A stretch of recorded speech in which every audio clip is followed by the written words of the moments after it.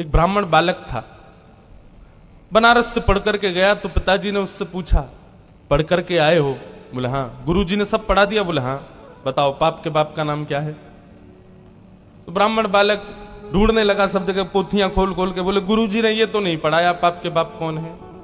बोले जाओ गुरुजी से पूछ के आओ या ढूंढ के आओ, और जब तक तुमको पाप का बाप ना मिले घर नहीं आना। ब्राह्मण बालक बेचारा घूमता घूमता सब जगह पूछता हुआ जा रहा है, कहीं से भी उसको संतोषजन्य उत्तर नहीं मिला। तभी वो एक वैश्या के पास गया। थी वो वैश्या, लेकिन ब्राह्मण बालक को नहीं पता था। सुंदर घर बना था, बाहर गौ माता बैठी है, तुलसी का पौधा लगा है। उसने सोचा कोई वैष्णव का घर है, थोड़ा कुछ अन्न जल ग्रहण कर लेता हूं। भीतर जाकर के जैसे ही बैठा, वैश्या ने जल पिलाया।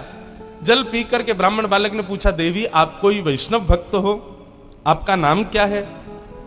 वैश्या ने अपना नाम बताया और कहा, मैं कोई वैष्णव नहीं हूं, मैं इस नगर की वैश्या हूं। जैसे ही बालक ने सुना वैश्या, पानी का गिलास दूर फेंक दिया। बोले ओहो, अब तो मुझे गंगा जल में नहाना पड़ेगा, कपड़े सहित नदी में कूदना पड़ेगा, मैंने बहुत बड़ा अपराध कर दिया, पाप का बाप खोजने निकला था, पाप कर दिया, एक वैश्या के घर का पानी पी लिया मैंने, अरे राम राम राम राम, पुण्यम पापम, कान पकड़ने लगा। जैसे ही जाने लगा, वैश्या ने रोका।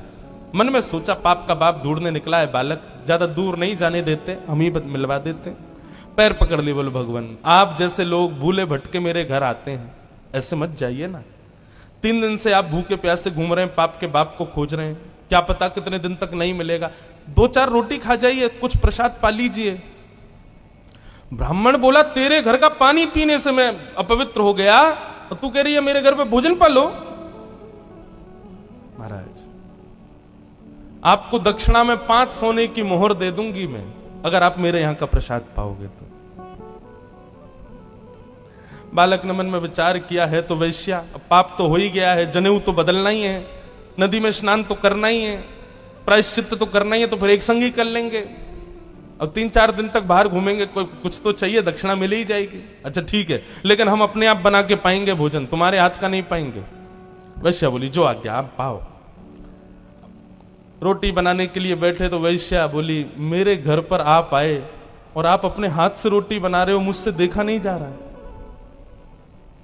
मैं 5 की जगह 7 सोने की मोहर दे दूंगी, रोटी मुझे बनाने दो।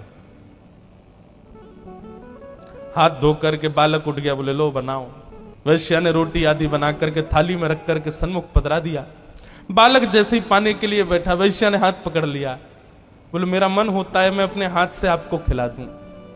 बालक बोला, भाग जाऊंगा, तुम्हारे हाथ का पाऊंगा मैं, तुम्हारे हाथ से खाऊंगा। 15 सोने की मोहर दे दूंगी मैं दक्षिणा में। बालक ने मुंह खोल लिया, लो खिलाओ। वैश्या ने कवल तो नीचे रखा और कहा, महाराज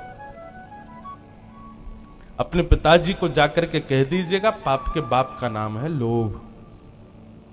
बताइए, आप मेरे घर का जल पीना पसंद करते हैं? कभी नहीं। आपको पता चल गया कि मैं वैश्या हूं, उसके बाद मेरे घर का भोजन पाना चाहिए था? नहीं पाना चाहिए था। मेरे हाथ की बनी रोटी खानी चाहिए थी? नहीं खानी चाहिए थी। मेरे हाथ से आपको खाना चाहिए था? नहीं। ये सब आपने क्यों किया? बोले तुम्हारी श्रद्धा। बोले श्रद्धा नहीं, झूठ मत बोलिए, सब दक्षिणा। महाराज पाप के बाप का नाम है लोभ। लोभ किसे कहते हैं? जितना प्राप्त हो उससे अति की कामना, इसको लोभ कहते हैं। पिताजी से जाकर के कह देना, पाप के बाप का नाम लोभ है। ब्राह्मण बालक ने वैश्या के चरण पकड़ लिए, बोले धन्यवाद, आप तो मेरी गुरु हो, मैंने आपको किस रूप में देखा, पर आपने तो मेरे चक्षु खोल दिए। इसलिए भैया जीवन में पाप से बचना है, लोभ से बचो। यदि कभी आपसे कोई पाप हो जाए तो एक बार एकांत में बैठ के विचार करना कि मैंने कब लोभ किया था। आपको पता चल जाएगा कि आपने लोभ कब किया, क्योंकि बिना लोभ के कोई पाप होता ही नहीं है।